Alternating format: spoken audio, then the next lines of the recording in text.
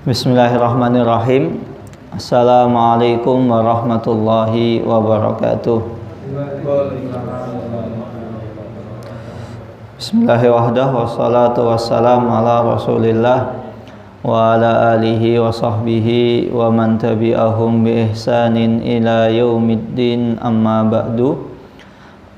Allahumma sahli sadri wa yassir li amri wahlul 'uqdatam min lisani yafqahu qawli. Allahumma inna nas'aluka ilman nafi'an wa rizqan thayyiban wa amalan mutaqabbalan. Allahumma alimna ma yanfa'una wa zidna ilman wal huda wat tuqa was salaha ya rabbal alamin. Bapak Ibu yang dirahmati Allah Subhanahu wa taala, alhamdulillah summa alhamdulillah, segala puji hanya milik Allah Rabb semesta alam. Salawat beriring salam tak lupa kita curahkan kepada junjungan kita Nabi Muhammad sallallahu alaihi wasallam.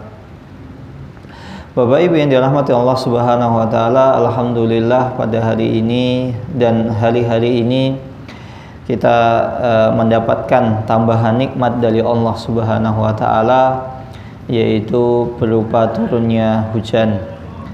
Setelah sekian bulan, sekian lama kita tidak merasakan hujan turun, maka mari kita syukuri nikmat yang Allah Subhanahu wa taala berikan kepada kita ini, dan jangan sampai ketika kita mendapatkan nikmat dari Allah kita malah menolaknya, kita malah protes. Misalnya, lah baru mau keluar udah hujan lagi. Nah, hati-hati, bisa jadi kita menolak nikmat Allah yang telah Allah berikan kepada kita. Bapak Ibu saya dirahmati Allah Subhanahu wa taala, kita masuk pada pembahasan baru, yaitu islahu datil bayyin, yaitu melerai atau mengakrabkan seseorang yang mengalami permusuhan atau terdapat pada orang tersebut permusuhan.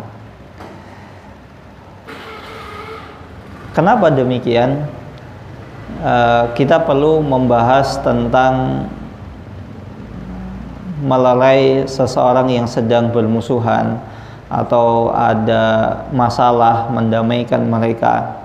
Karena sejatinya agama kita ini, agama Islam, adalah agama yang dipenuhi dengan rasa cinta, rasa kasih sayang, dan sangat mendorong antara umat Islam, antara seorang muslim itu saling tolong menolong, wal ikha, dan menganjurkan untuk mempererat hubungan persaudaraan, dan menganjurkan untuk melakukan kebaikan dan perbaikan.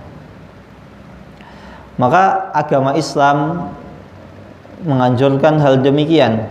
Bahkan Allah Subhanahu wa taala telah menyatukan hati-hati kaum muslimin dan mengumpulkan mereka dalam satu akidah, dalam satu keyakinan, yaitu agama Islam, yang mana dulunya manusia satu dengan yang lainnya itu saling bermusuhan. Dulu sebelum Allah Subhanahu wa taala mengutus Rasulullah, orang bangsa Arab itu kerjaannya adalah, kesehariannya adalah ribut, udur. Jadi kalau bahasa sekarang itu gabut dikit, tawuran. Ada masalah sedikit itu langsung terjadi pertempuran. Dan begitu juga Islam telah menyatukan bukan hanya hati, bukan hanya manusia, disatukan satu kalimat. Agama Islam juga menganjurkan untuk mengumpulkan, menyatukan hati-hati yang terpecah belah, wan nufusul muta'adiyah, dan jiwa-jiwa yang beragam. Maka jadilah yang jiwa, raga, hati, pemikiran yang bermacam-macam tadi Allah jadikan satu, yaitu atas dasar keimanan dan ketakwaan kepada Allah Subhanahu wa taala. Yang dulunya mereka saling iri dengki, saling bermusuhan, Allah jadikan mereka itu seakan-akan seperti satu jasad. Apabila satu di antara mereka itu mengalami masalah, maka yang lain akan merasakannya juga. Dan ini adalah ukhuwah imaniyah, cinta yang didasarkan atas agama. Bahkan agama Islam itu menganjurkan untuk menjaga hubungan tersebut, jangan sampai hubungan tersebut itu tercerai-berai setelah Allah Subhanahu wa taala mengumpulkan hati-hati manusia. Maka Islam melarang hal-hal yang bisa menjauhkan, sebab-sebab yang bisa membuat hati kita ini lemah atau menghilangkan persaudaraan tersebut. Maka banyak dalil yang menganjurkan kita ini hendaklah menjauhi sikap-sikap iri dengki, kemudian hasad, saling bermusuhan, saling ada iri dengki, ada perasaan yang mengganjal dalam hati seseorang. Hendaklah hal-hal tersebut itu dijauhkan, apalagi masalah hajar, memboikot, saling berpaling, membelakangi. Maka itu sungguh kesalahan atau dosa yang sangat besar. Dan kita dapati Bapak Ibu di sekeliling kita banyak permasalahan itu, masalah kecil itu bisa menjadi permasalahan yang sangat dahsyat. Cuman mungkin karena diejek, akhirnya malah menjadi masalah suku. Bahkan terkadang dendam tersebut itu menjadi turun-temurun. Ini sikap yang jelek, sikap yang dicela oleh Islam. Asobiyah itu didasarkan atas suku, kesukuan. Maka Rasulullah SAW benar-benar melarangnya. Kalau misalnya suku Jawa diejek, semua langsung turun tangan membela orang tadi, tidak peduli benar salah. Ini asobiyah. Yang diperbolehkan kita ini fanatik kepada Islam. Jika Islam misalnya dilecehkan, ya kita boleh kita marah boleh. Namun sikap marah ini kan juga harus dilandasi oleh hal yang dibenarkan oleh syariat. Maka Bapak Ibu yang dirahmati Allah Subhanahu wa taala, apa saja yang bisa membuat seseorang itu bermusuhan, seseorang itu berjauh-jauhan, maka itu harusnya kita hilangkan jauh-jauh sikap tersebut dari diri kita, agar hati kita ini diisi dengan hati yang lurus, hati yang suci, hati yang bersih, tidak ada rasa iri dengki, tidak ada permusuhan, tidak ada saling membelakangi, yang mana Allah Subhanahu wa taala telah memerintahkan kepada kita, fattaqullaha wa aslihu data bainikum. Hendaklah kalian itu bertakwa kepada Allah, wa aslihu data bainikum, dan hendaklah kalian itu memperbaiki hubungan di antara kalian. Wa atiullaha wa rasulahu in kuntum mu'minin. Dan jika benar-benar kalian mengaku bahwasanya kalian itu orang mukmin, maka taatilah Allah dan taatilah Rasulnya. Dan di antara taat kepada Allah dan Rasulnya adalah menjauhi sikap-sikap yang menjerumuskan seseorang dalam rasa permusuhan. Dan Allah Subhanahu wa taala telah menyebutkan dalam surat An-Nisa ayat 114, la khaira fi katsirin min najwakum illa man amara bi shadaqatin aw ma'rufin aw islahin bainan nas.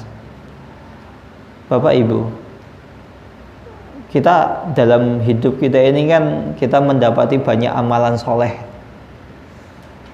Ternyata di antara amal-amal soleh itu kan kita tentu pengen amal soleh mana yang bisa membuat seseorang itu langsung masuk surga atau memudahkan masuk surga.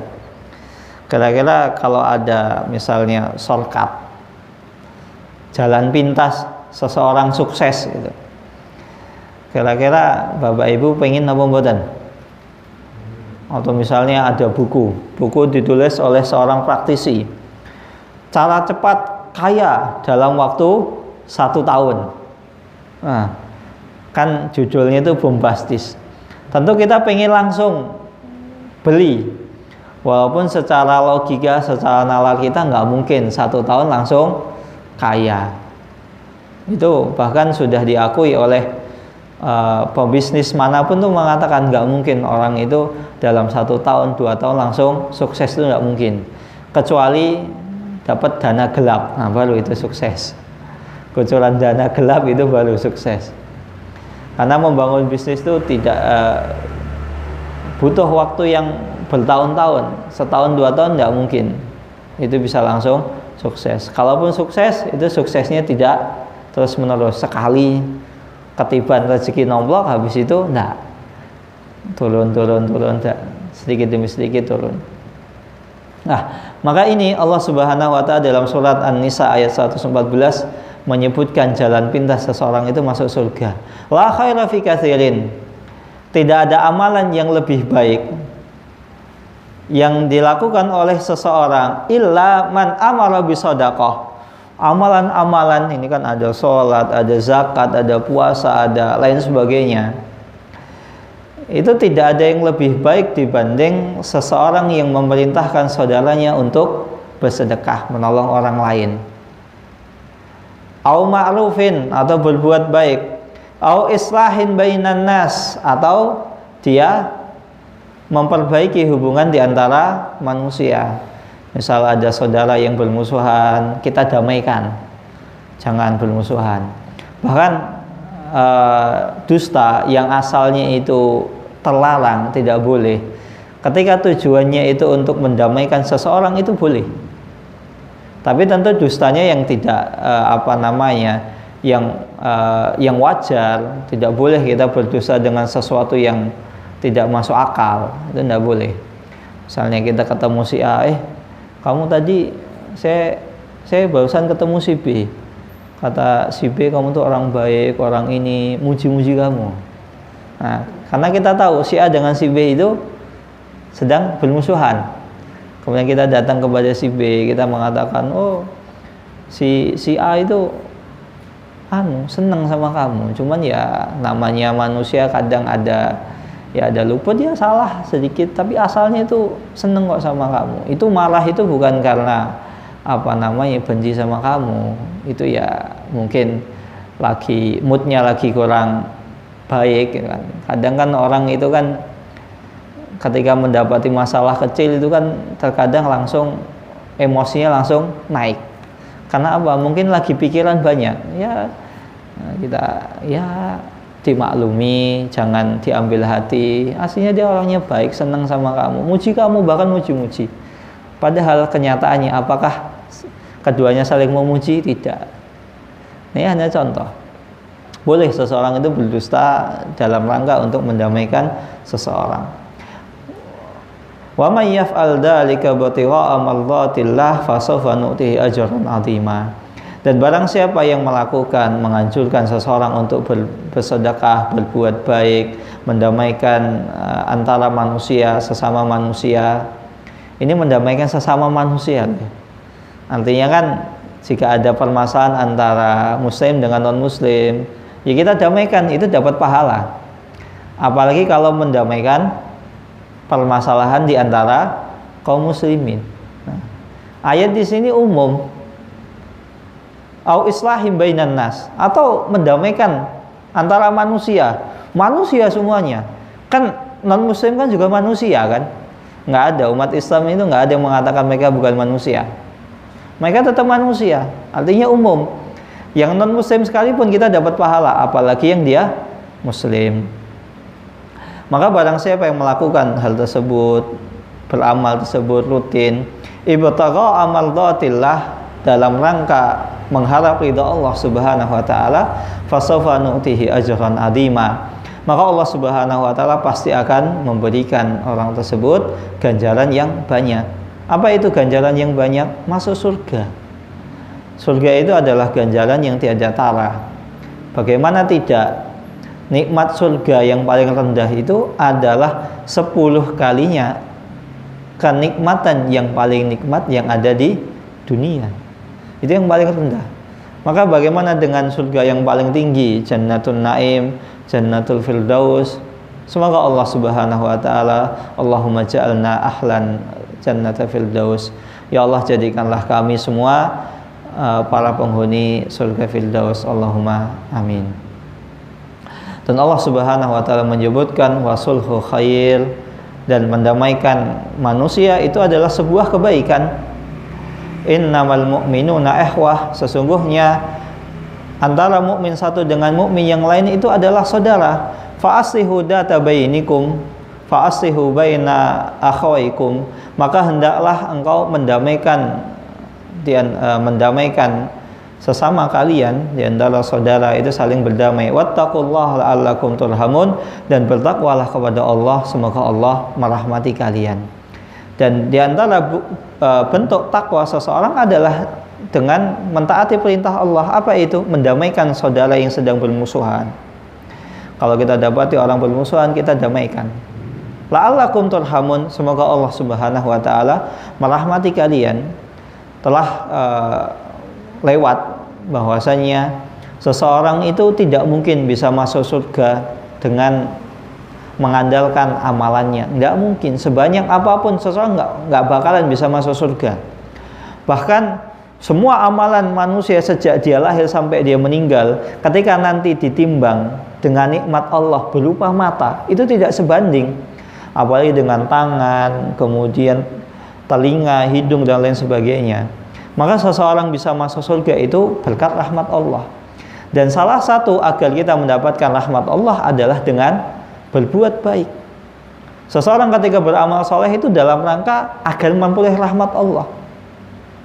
Dan ini yang bisa membuat seseorang itu masuk surga.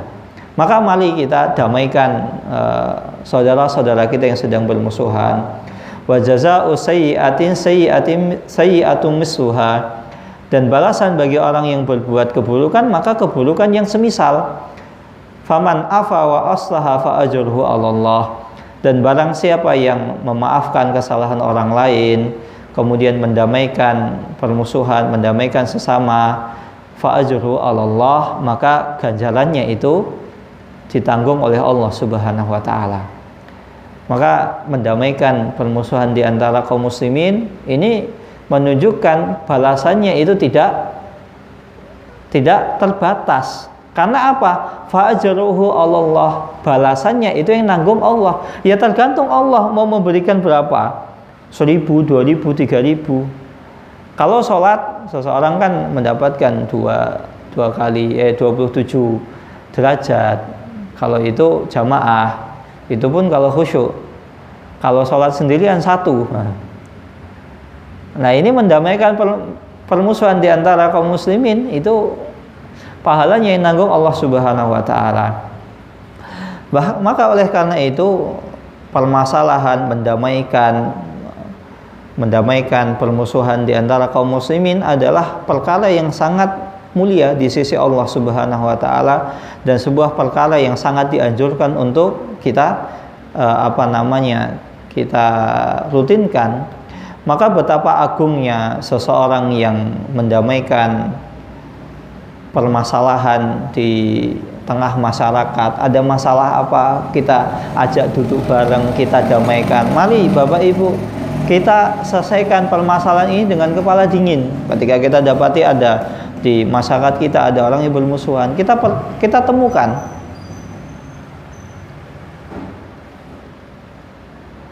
Maka Allah Subhanahu wa taala mencintai orang-orang yang mendamaikan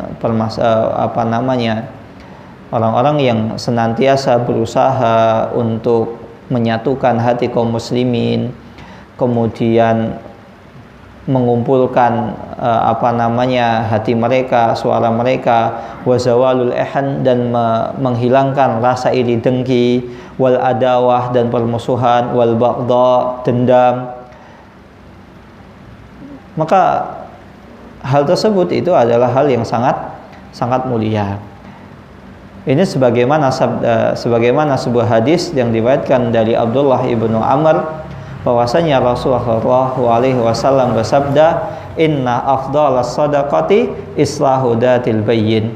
Sesungguhnya sebaik-baik sedekah itu adalah mendamaikan sesama manusia.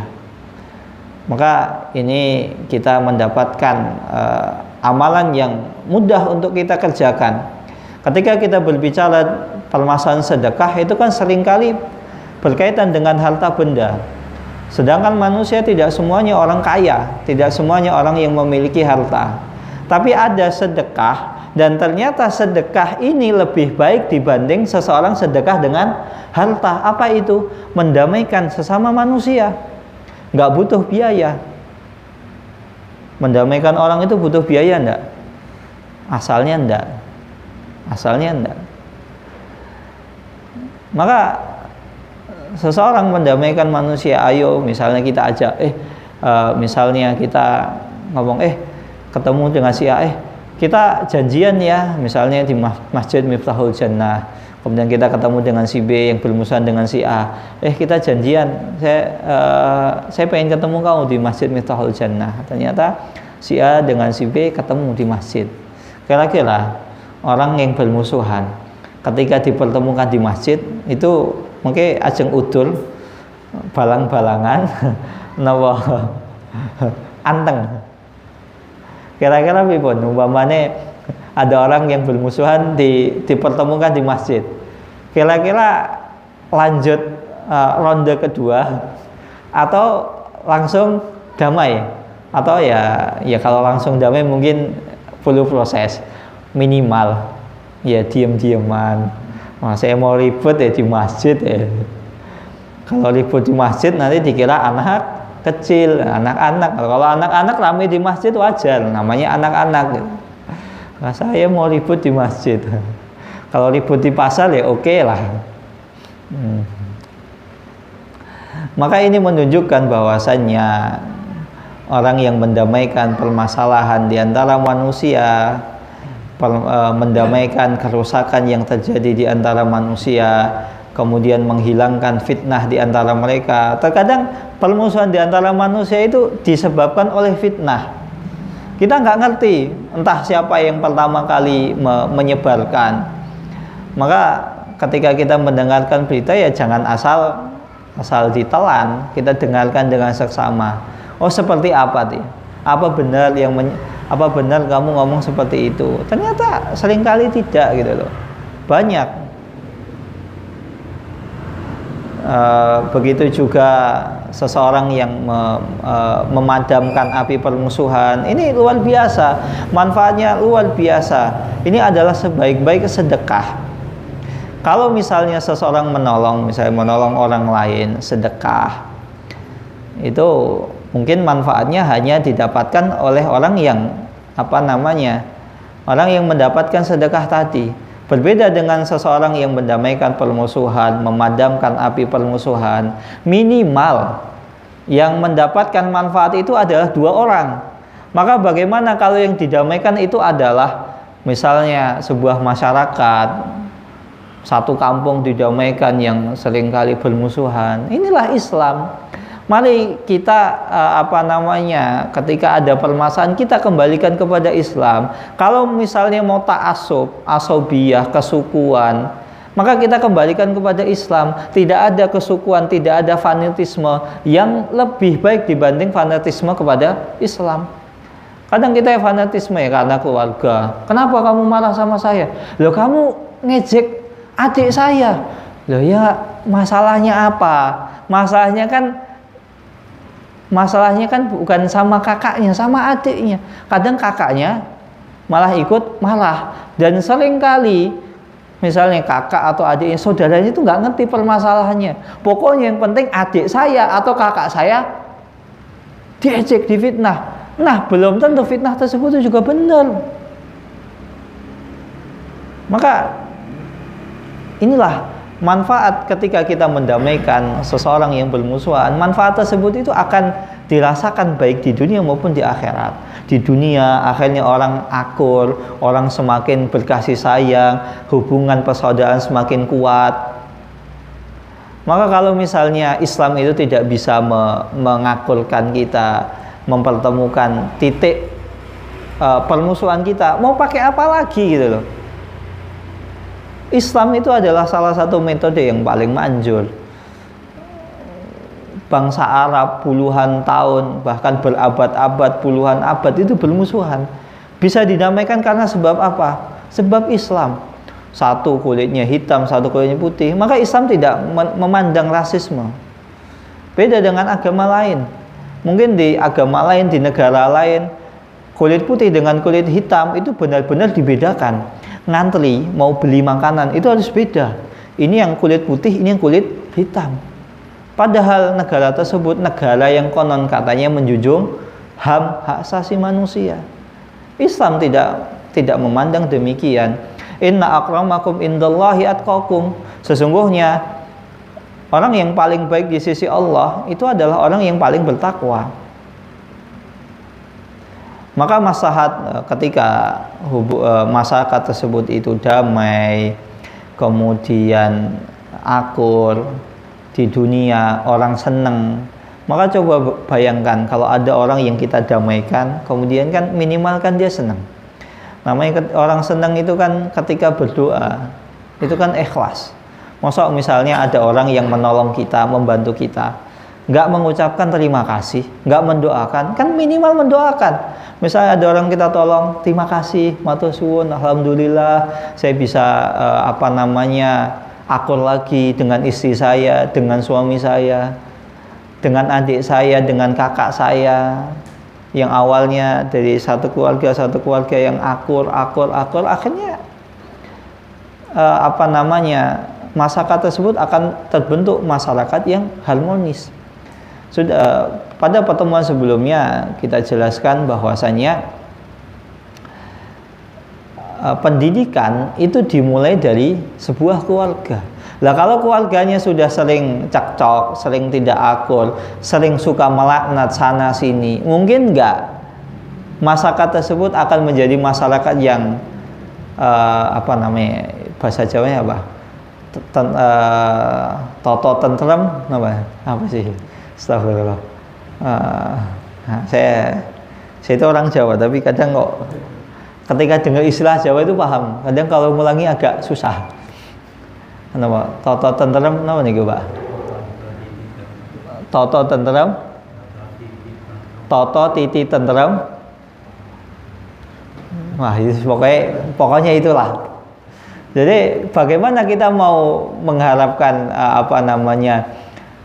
masyarakat kita ini toto tentrem, kemudian saling menghormati, saling anteng, gemah lipah loh jinawi yang katanya negeri kita ini negeri yang tumbuhan itu bisa berbuah emas. Ya gimana mau berbuah emas kalau masyarakatnya itu saling bermusuhan?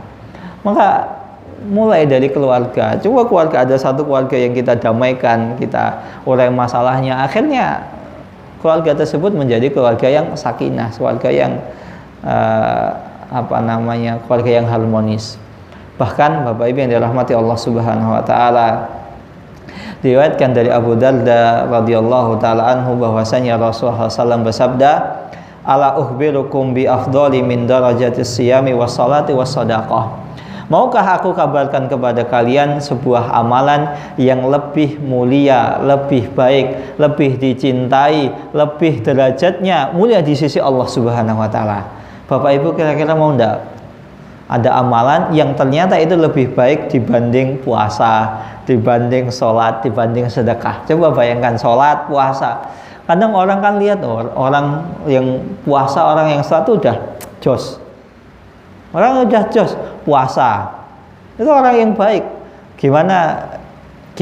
Bagaimana tidak ketika seseorang itu boleh makan malah dia puasa. Yang harusnya dia makan malah dia puasa. Yang harusnya dia tidur, dia bersantai malah dia sholat.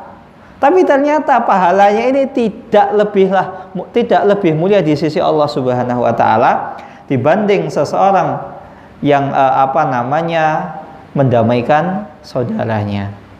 Rasulullah SAW kemudian para sahabat menjawab, qalu bala ya Rasulullah, tentu kami ingin sebuah amalan yang bisa memasukkan kami ke surga, lebih mulia dibanding sholat, dibanding sedekah, dibanding puasa.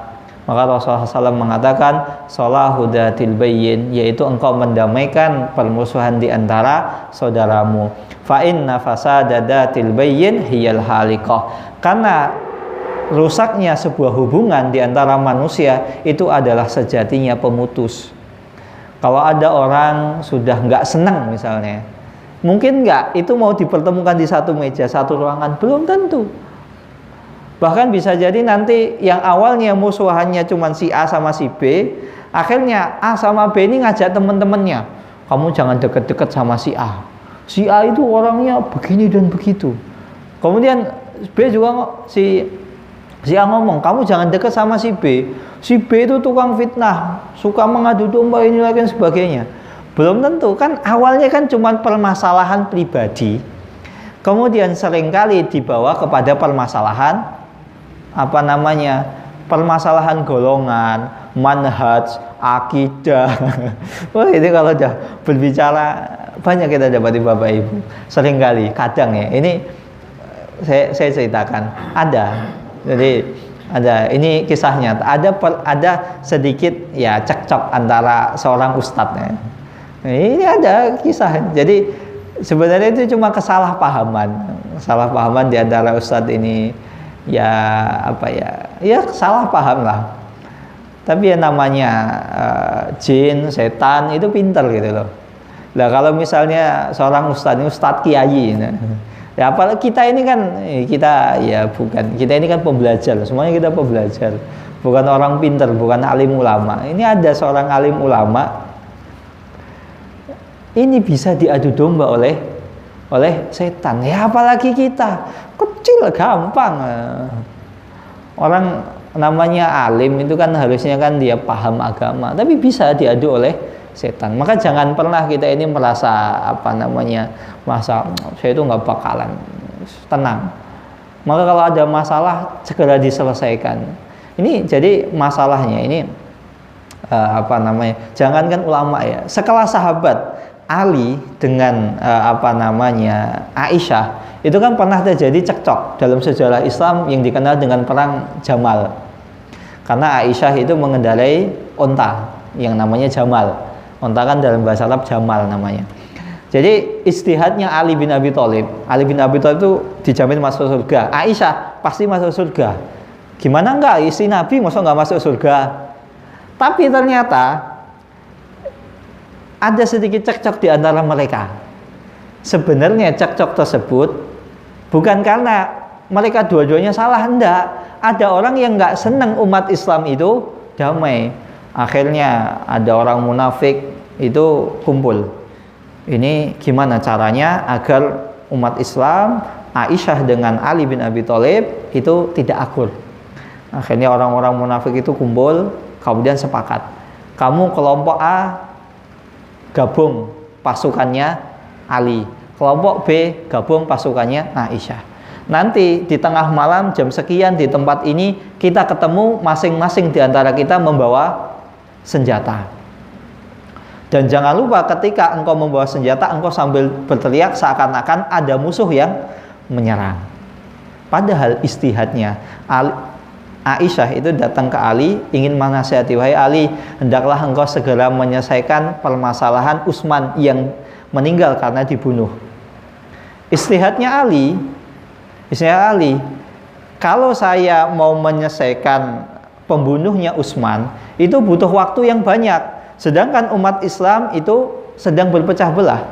Maka Ali itu lebih condong, saya ingin mengumpulkan manusia dulu, menyatukan manusia setelah terpecah belah, setelah mereka hati mereka kaget, trauma karena Utsman bin Affan itu meninggal karena dibunuh dibunuh oleh orang Khawarij. Istihadnya Ali demikian. Maka kalau saya mau mencari pembunuhnya Utsman itu butuh waktu yang lama. Maka cara agar cepat ketemu pembunuhnya Utsman, kita kumpulkan dulu kaum muslimin. Nanti kalau ada yang suka bikin onar lah, itu bisa jadi itu pembunuhnya. Maka Ali beristihad demikian. Sedangkan Aisyah beranggapan kamu harus segera menyelesaikan siapa pembunuh Utsman bin Affan radhiyallahu taala anhu. Ini loh sekelas sahabat, satu istri Nabi, satu siapa? Menantunya Nabi yang dijamin masuk surga. Semuanya masuk surga. Ya ada sedikit tidak segera diselesaikan di antara istihad masing-masing. Akhirnya orang munafik bermain di situ. Maka bisa jadi ketika kita misalnya ada permasalahan dengan saudara kita, ada setan-setan yang berwujud manusia itu bermain di situ. Akhirnya mengambil peran untuk segera agar misalnya takmir dengan jamaah itu nggak akur. Kan sering misalnya ketakmiran sama jamaah itu kadang nggak akur.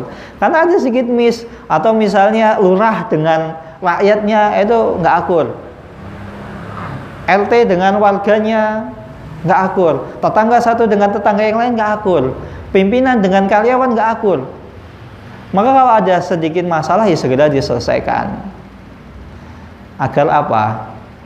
Agar tidak ada orang-orang yang bermain di tengah-tengah, orang yang ada sedikit gesekan tersebut. Yang mana ketika terjadi gesekan akan bisa menimbulkan kobaran api. Itu bagi orang yang merasa ada permasalahan segera diselesaikan. Nah, bagi orang yang mengetahui permasalahan tersebut, hendaknya dia segera mendamaikan. Karena apa? Sebaik-baik amalan yang lebih mulia dibanding sholat, dibanding puasa, dibanding sedekah adalah mendamaikan orang lain. Nah, pertanyaan di sini, apakah setiap sholat, apakah setiap puasa? Tidak. Yang dimaksud sholat dan puasa di sini adalah amalan-amalan yang berupa ibadah sunnah. Maka kalau ibadah sunnah, puasa sunnah, puasa Ayyamul Bid itu masuk puasa sunnah. Begitu juga dengan puasa sunnah itu puasa Daud, sehari puasa, sehari tidak.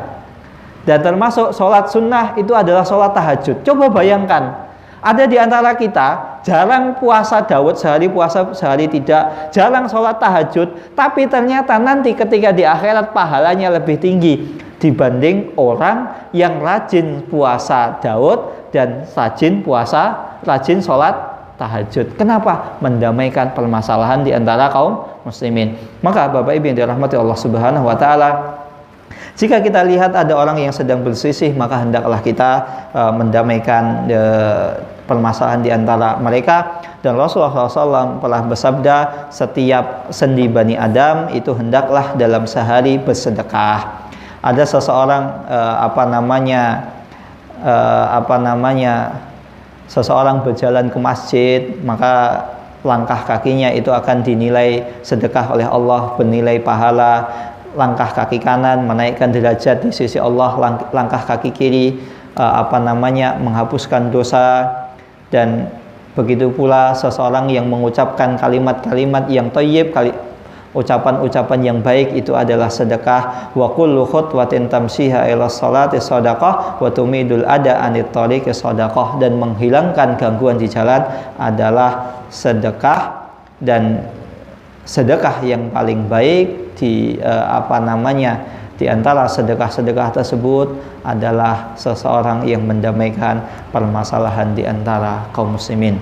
Bapak Ibu yang dirahmati Allah Subhanahu wa taala, inilah agungnya, indahnya ketika seseorang mendamaikan permasalahan di antara kaum muslimin.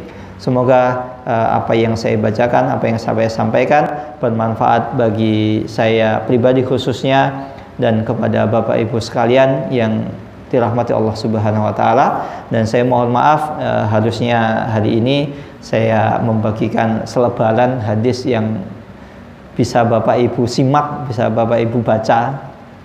Tapi qadarullah hari ini saya tidak sempat. Karena apa?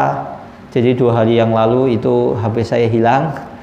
Nah, hadis-hadisnya itu ada di aplikasi, kemudian nyari-nyari hadisnya ketemu. Tapi apa? Nerjemahannya kan butuh waktu, harus ngetik lagi. Sedangkan ada biasanya pakai aplikasi hadis itu, jadi Kutubutis ensiklopedia hadis, yang mana hadis tersebut itu ada hadisnya, ada terjemahannya. Jadi kan tinggal kopas. Nanti tinggal dicek, oh terjemahannya kurang pas, tinggal dibenerin. Nah, kalau ini kan benerin satu-satu kadang butuh waktu. Dan qadarullah hari ini hujan, jadi hujan. Ya alhamdulillah ya, nikmat dari Allah hujan. Saya dari pagi itu hujanan. Pulang sampai rumah, jadi menghangatkan tubuh dulu. Jadi mohon maaf belum sempat untuk membagikan selebaran. Semoga pertemuan selanjutnya bisa. Monggo kalau ada pertanyaan Bapak Ibu. Ada sekitar 3 menit. Monggo Pak Edi.